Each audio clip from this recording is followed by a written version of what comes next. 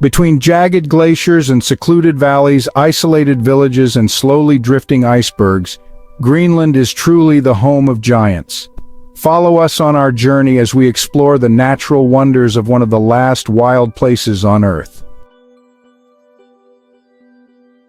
Located in the North Atlantic, Greenland is the largest island on the planet.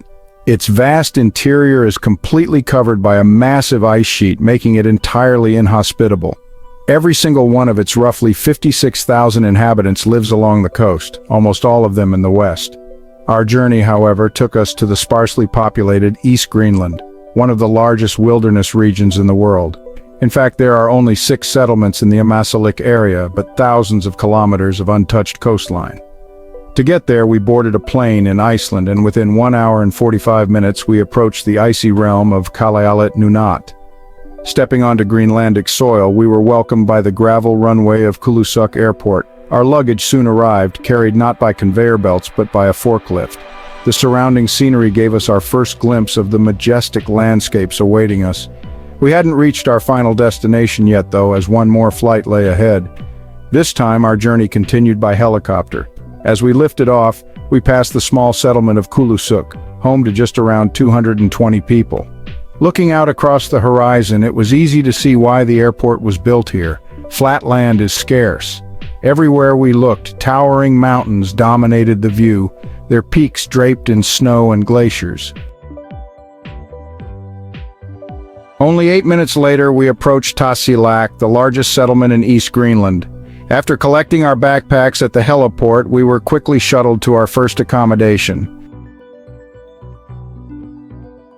The weather was too good to waste, so we immediately set out to explore the town. With about 2,000 inhabitants, Tasilak is a bustling metropolis by East Greenlandic standards. It serves as both the administrative and economic center of the region, and unlike many other settlements, has been growing in recent decades. A defining feature of the town is its colorful wooden houses, painted brightly to bring life and cheer during the long months of winter darkness. On the other hand, because Tasilak sits 106 kilometers south of the Arctic Circle, summers here are filled with long days of light. The area has been inhabited on and off for 2,500 years, but a permanent settlement was only established in 1894. Nestled within a natural harbor, Tasilak is sheltered from the violent storms that regularly batter the North Atlantic. At the same time, the location is strikingly beautiful, framed by mountains rising on the opposite side of the fjord. Despite being considered a small city, it takes no more than a 10-minute walk from Tasilak to be completely surrounded by wilderness. The nearby landscape is dominated by rugged mountains and small snow-fed lakes. And, adding to the dramatic scenery are the colossal icebergs floating in the fjord. These massive ice formations break off from Greenland's many glaciers in a process known as calving. Their slow drift is entirely dictated by tides and ocean currents, carrying them on journeys that often span great distances. Along the coastline, in the late evening, we headed to the marina where we boarded the boat of Rasmus, the owner of Tasilak Tours. Swiftly gliding over the mellow water, we approached the opposite shore. Soon after, we hopped on land and started walking through the tundra. Our destination was one of the world's most isolated saunas. The small hut sat directly on the bank of a shallow lake, framed by staggering peaks. We didn't waste much time before going in, soon listening to the crackling of the fire. Meanwhile, outside our hot refuge, the shadows lengthened as afternoon turned to evening. With almost no wind blowing, the landscape was enveloped in a deep silence that had an immensely soothing effect on us. Almost all travel in Greenland is done by boat, as it is the most convenient mode of transport along the rugged coastline. Joining a group of guided travelers for the day, we embarked on one of 3 boats and soon left Tasilak behind. Sheltered from the open ocean, the ride within the fjord was fairly smooth. However, as soon as we left the safety of Kong Oscar Haven, the waters grew choppier. Even on a clear day with only a light swell, these small boats violently hop up and down. Thankfully, we soon entered the branched fjord system to the north, where things calmed down a bit. Our goal for the day was to reach a massive glacier that empties into Fjord.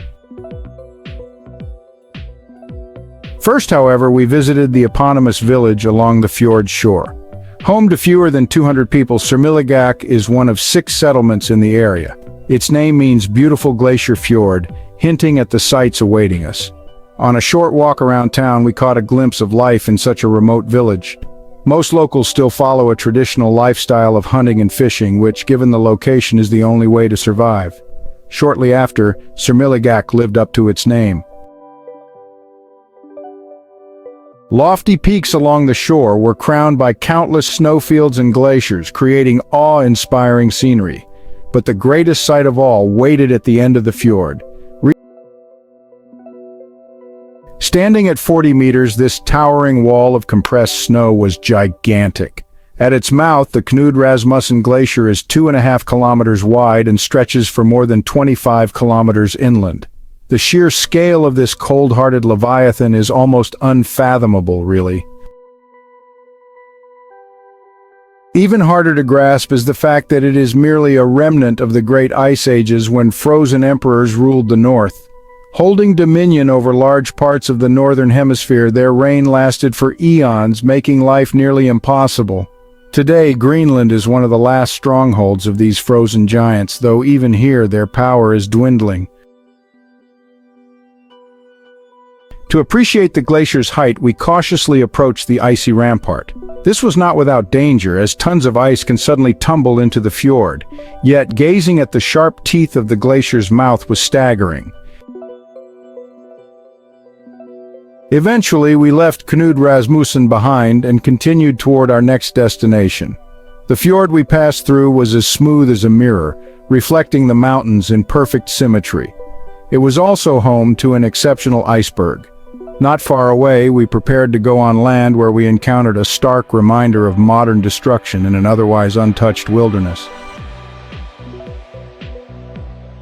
The site was the former Bluey East 2 airfield, once run by the United States Army from 1942 to 1947.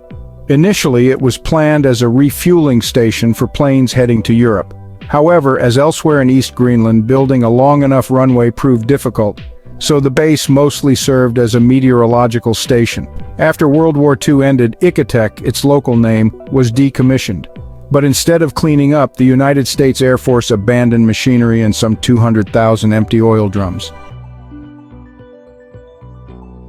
In 2019, a cleanup process was initiated to slowly address this ecological disaster. Some barrels, however, are likely to remain as solemn reminders. Following an eventful day, we had another 2 hours of bumpy boat ride ahead of us. In the meantime, the sun began tinting the surrounding mountains in a beautiful golden light.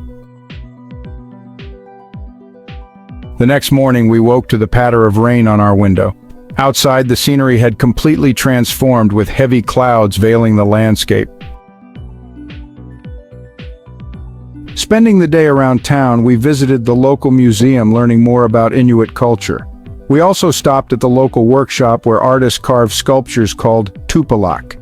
In the past, these were important elements of Inuit shamanism, but today they are primarily expressions of art. Another unusual sight awaited us, a small garden. Greenland has no agricultural tradition, as summers are too short and the climate too harsh. For this reason, Greenlanders developed into skilled hunters and gatherers, relying on locally available plants and berries. But pilot projects like this one now experiment with growing vegetables locally, an effort that is both environmentally friendly and a valuable addition to the local diet. The Tasilak garden was started as part of a youth program, allowing young Greenlanders to learn about carpentry and agriculture. Today, a team jointly waters, weeds, and nurtures the different species.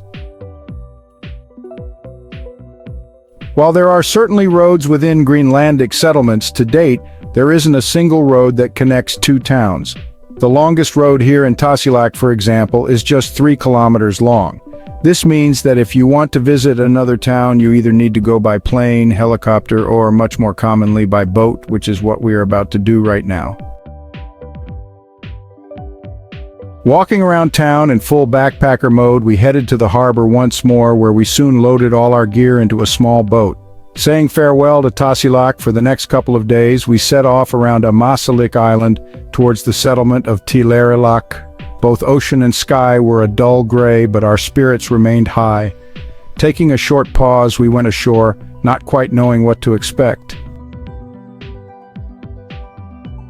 What we came upon was a Greenlandic winter house. In the past, while Inuit lived nomadically during the summer, they needed solid shelter from vicious snowstorms in winter. To protect themselves from the elements, they built houses with thick walls of stone and turf. These buildings had a long, narrow entrance to keep out the cold. In most cases, several families shared a single house, living closely together until spring allowed them to move out again. Back on the boat, the walls of the fjord began to draw closer. Low-hanging clouds entwined the mountains, creating a moody atmosphere. Sometime later, we approached Tasilak. Unlike Tasilak, this settlement has no cars and most traffic is on foot. It didn't take longer than 5 minutes until we arrived at the private hut where we'd spend the next 3 nights.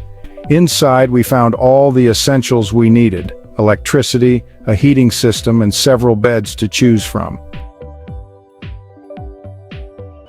But a very important element of any self-guided visit to East Greenland is, expectation management.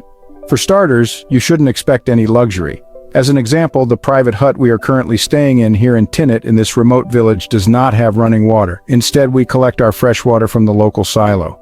Another challenge is the weather, which is honestly entirely unpredictable. That means you'll need to bring plenty of flexibility and patience. But one thing is absolutely certain: it will be an unforgettable adventure. Before long, we set out again to explore the area. Exuding the serene charm of a settlement at the end of the world, Tasilak is home to fewer than 100 people. The all-embracing silence of the scenery is broken only by the occasional howling of sled dogs or the hum of a passing boat engine. As elsewhere, the houses are colorful yet set against an incredible mountain backdrop. One of the most characteristic traits of Greenlanders is their deeply rooted culture of hunting and gathering their own food. During summer, locals might spend days out on the water, catching as much as possible.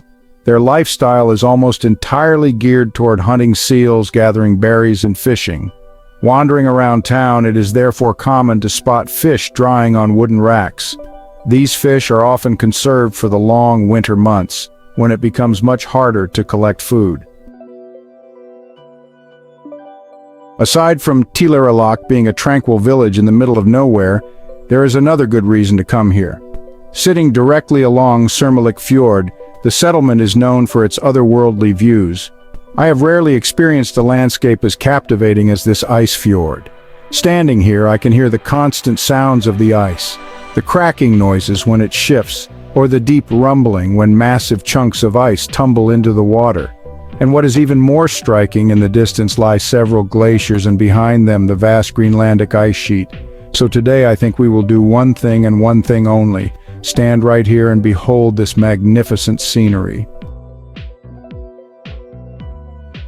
What we witnessed was nothing less than Greenland's second most productive ice fjord. Innumerable icebergs, ranging from small shoals to colossal mountains, created a surreal landscape. With a length of 85 kilometers, Tasilak is the largest fjord system in southeast Greenland. During the previous days, as we gazed across this highway of icebergs, we often heard a familiar sound, the slow, echoing whoosh that signaled the presence of whales. Still, it wasn't until our final morning that we finally spotted one. Part of the reason they are so difficult to see is that, even though humpback whales are enormous, they appear tiny compared to the colossal ice flows. On top of that, in such a vast landscape, the sound of their spouts travels slowly, making it hard to pinpoint their location. These whales migrate north to the Arctic during summer to feed mostly on krill, before returning to warmer seas in winter. Eventually, the time came to leave our home away from home. After mastering the challenge of getting into the boat, we soon bade farewell to Tasilak. Rather than retracing our steps, we took the other route around Tasilak Island, sailing directly through the ice fjord. As the sun began to sink behind the mountains, we came face to face with towering icebergs, marveling at their splendor. At the southern end of the fjord, we made a brief stop at Kayaking, a former settlement. In 1958, around 80 people lived here, but the population dwindled over the following decades, and the village was finally abandoned in 2005. The last 14 kilometers to Tasilak took us across open ocean, making for a very bumpy ride. Hiking in East Greenland means venturing into remote wilderness. Of course, there are challenges to consider, the most notable being the chance of encountering a polar bear. That is exactly why we were accompanied by a sled dog and carried a rifle purely as protection, even though the likelihood of meeting one was extremely slim. Our furry companion was about a year old, and this was his first time venturing out with strangers. Passing by the local cemetery, we set our sights on the Valley of Flowers. This mountain dale lies just behind the city and offers a perfect introduction to the raw, untouched nature of East Greenland. With the right preparation and equipment, there are countless opportunities to explore this wilderness, whether on extended day hikes or thrilling week-long expeditions. For a while, we made good progress. Soon, however, it became clear that our sled dog had no interest in hiking. The chance of running into a polar bear? Practically zero. This was hardly surprising. Greenland sled dogs are anything but pets. Their true purpose is to pull sleds during winter. Known for their endurance and determination, these husky-like dogs are both fearless and strong, perfectly adapted to life in the Arctic. To preserve the purity of their genetics, no other dog breeds are allowed to enter East Greenland. This also helps keep the population free from disease. Summer is also the season for puppies, which are heartbreakingly adorable. Within only a few weeks, they grow significantly and soon begin to explore their surroundings. Siblings often play fight with one another, testing their strength and trying to assert dominance. This becomes an important lesson for later life when they must fight for their place in the pack. At the same time, though, they never turn down a good scratch. In the afternoon, I tried a different mode of transport. Venturing into Tasilak Fjord in a kayak proved to be a physically demanding alternative to our usual boat rides. Kayak is one of the few Greenlandic words that has made its way into the English language, and for good reason. The kayak was actually invented in Greenland. At its core, it is a stealthy hunting vessel that allowed Inuit hunters to approach large marine mammals such as seals, dolphins, and whales. Alongside the dog sled, the kayak was one of the key adaptations that enabled humans to survive in this harsh Arctic climate. Originally, each kayak was made to fit its individual owner, meaning no two were the same. This precision resulted in perfectly balanced vessels, allowing Inuit hunters to navigate with ease. At its northern end, several fast-moving glaciers collide with seawater, giving birth to a myriad of ice. At first glance, they may not appear all that large. However, the fjord is 10 kilometers wide, which means many of these icebergs are far bigger than a jumbo jet. In the past, some individual icebergs have been recorded at heights of more than 100 meters, with length stretching even farther. A good way to put their dimensions into perspective is by comparing them to the size of the local fish.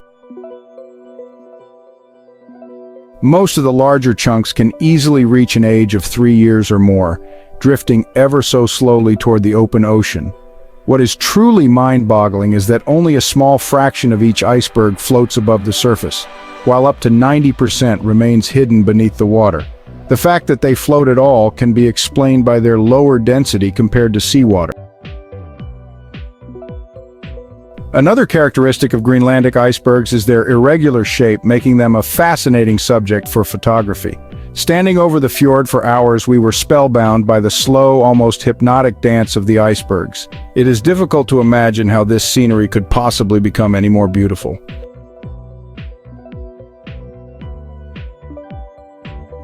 Yet in the evening, the gently setting sun cast a golden glow across the landscape, leaving us utterly speechless. At the same time, I felt a sudden surge of creativity, which eventually resulted in the Adorned with jagged crown, there reigns a mighty queen of old. Her splendor does but slowly wane, her grip is firm and cold. O Greenland, home of winter's keep, where frosty giants dwell, bewitching all with stillness deep that rings through hill and dell. Crack, a violent thud. Born new at Helheim's mouth, the ice shatters, breaking up. Cold water bears it south. For years uncounted, time has sculpted these frozen castles tall. Snow, old friend, had them engulfed before their boisterous fall. A drake of ice in Glacier's form, the lord of frigid heights, is sending forth an endless swarm, behemoths grand and bright. Fair army clad in sparkling mail, now stray, then in a throng, unstoppable, alike a gale, all bursting into song.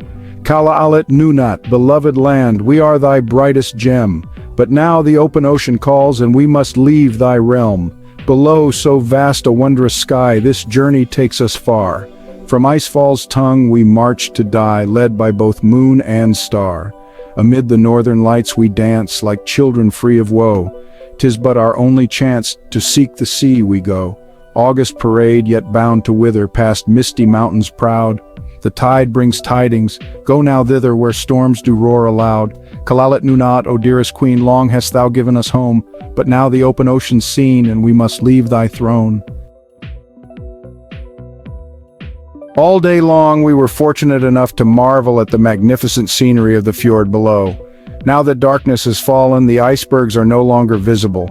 Yet with one quick glance out the window, lo and behold, the northern lights appear. Needless to say, we won't be heading to bed anytime soon. It is often said that naming this vast, mostly ice-covered island Greenland was a clever marketing strategy by the Viking Eric the Red. His goal was to attract settlers to two newly founded colonies along the West Greenlandic coastline. Ironically, most of those settlers actually came from a place called Iceland. In Eric's defense, around the year 1000, when the first settlements were established, Greenland truly was much greener, as the climate was milder. Over the following 5 centuries, however, the temperature dropped significantly, and all of the Scandinavian settlements eventually disappeared. The only people who endured were the Inuit, whose hunting lifestyle was far better suited to the harsh realities of the land we now know as Greenland. The kayak roll, which, using only body motion, allowed a capsized hunter to right the kayak. My entire focus, however, was on not capsizing at all, since I had no desire to test my roll. Blessed with another day of sunshine, we had the chance to visit Johan Petersen Fjord. To get there, we traveled around the southern tip of Tasilak Island before entering the ice fjord. After some time, we approached the glaciers at its far end. Unlike Knud Rasmussen Glacier, these outlet glaciers flow directly from the enormous Greenland ice sheet. Regardless of their origin, the view was staggering. In recent days, we had seen the Greenland ice sheet from a distance, but until now, we had not set foot on it. That changed in Kangertavat Fjord, where the ice flows all the way down to sea level, making for fairly easy access. Unlike many other glaciers, which are torn apart by steep crevices, this section of the ice sheet was surprisingly smooth. To put its size into perspective, the Greenland ice sheet would cover 1/5 of the United States, or the entire country of Libya, the world's 17th largest nation. In short, from here to Kangerlussuaq on the west coast, more than 500 kilometers of icy nothingness stretch before anyone daring to attempt one of the world's toughest challenges, crossing the Greenland ice sheet. We, however, were perfectly content with walking just a few hundred meters, soaking in the atmosphere of this beautiful but barren landscape. After some time, we returned to the boat, but not before enjoying a wilderness picnic in a less chilly environment. The ride back to Tasilak started smoothly, but in the distance we noticed a low-hanging layer of clouds. Soon we were swallowed by fog and conditions grew rougher. Still, the day had one more surprise in store. Over the next 3 days, a heavy storm swept across East Greenland. We mostly stayed indoors, just watching the wind and rain from the warmth of our room. Eventually the sun returned, and I seized the opportunity to join an ice climbing trip with Nico from Nunatak Adventures. Equipped with crampons, we walked across a glacier until we reached a suitable spot. Nico instructed, Remember, climb with your legs, they're your strongest muscles. Just kick 1, 2, 3, 4 at a 90-degree angle into the wall. Heel down, small steps, big steps will throw your balance. 4 baby steps keep you steady and prevent shaky legs. After a short practice run, I was roped in. Soon enough, I found myself walking backward down the ice wall. To climb up again, I used the baby step technique, gradually gaining confidence with each ascent. By the third round, I felt much more assured. Our adventure was far from over.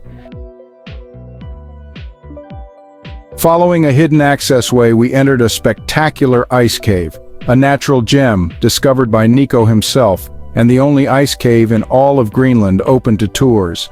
Inside, we crossed meltwater streams flowing beneath the glacier, while shafts of light occasionally pierced the darkness from openings above. These openings were formed by meltwater carving vertical tunnels through the ice in its search for the path of least resistance. One of them was especially striking, with a small waterfall tumbling through it into the cave. Equally fascinating was the color of the ice, some sections nearly translucent, others a deep, mesmerizing blue. It would have been easy to spend hours in this frozen underworld, but eventually we had to return to the surface. Fortunately, the glacier views above ground were just as formidable. Later, as we celebrated our last evening in Greenland, we watched the sunset. That view was surpassed only by the night sky, when Lady Aurora danced gracefully beneath a blanket of stars. The following morning, our time in Greenland came to an end. Still, one last scenic flight awaited us. Seeing the rugged mountains in all their grandeur reminded us of how precious East Greenland truly is. With its calm, entrancing atmosphere, it feels like an antidote to the hectic rush of modern life. Thanks for watching. Please like, share.